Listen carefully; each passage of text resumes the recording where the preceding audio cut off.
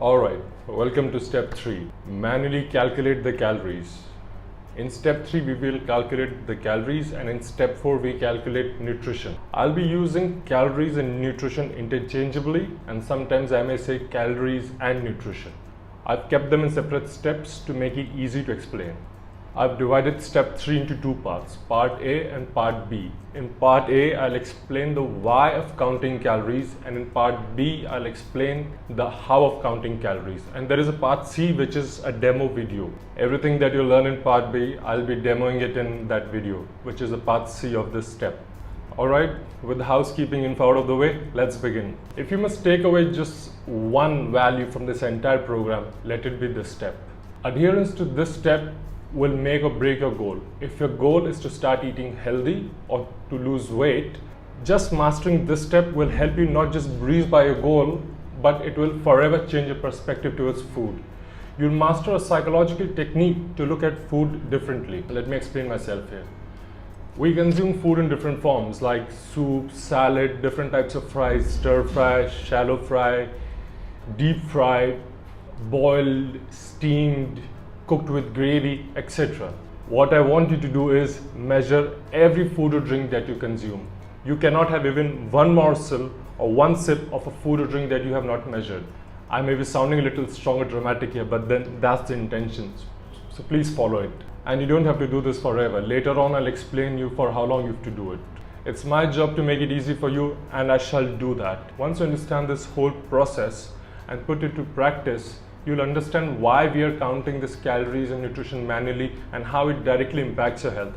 And if you face any difficulty anywhere, anytime, I'm here to help you out. I promise I'll see to it that you achieve your goal, alright? I guarantee that. Discipline is the only thing that is required to help you achieve your goal. Nothing new under the sky. But yeah, it's true. Discipline is the only thing that is required to achieve your goal.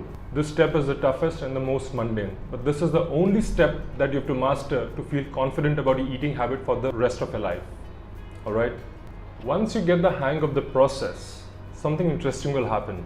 You'll begin to play around with food. You'll create your own variation of a favorite recipe to suit your taste without compromising its nutritional value, if not adding to it.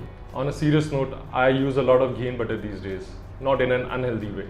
Once you master this process of measuring calories and nutrition, you will begin to look at food differently.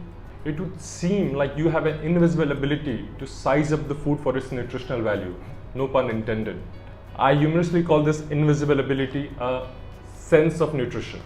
Okay, one last thing before we dive into the meaty part. You should fall in love with this process of measuring calories. Let me explain. The line that I'm going to say is pretty lengthy, but try to understand. Imagine how it would feel if you knew what you were doing, which is measuring calories and nutrition. Imagine how it would feel if you knew what you were doing is making you healthy every time you do it.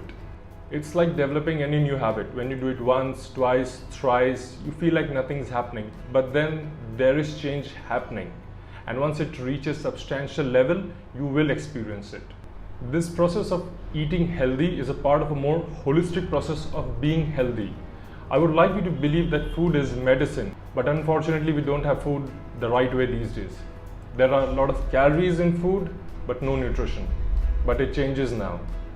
Alright, let's move to part B. It's the more juicier part, in which I explain you how of measuring calories. Alright, so I'll see you in part B.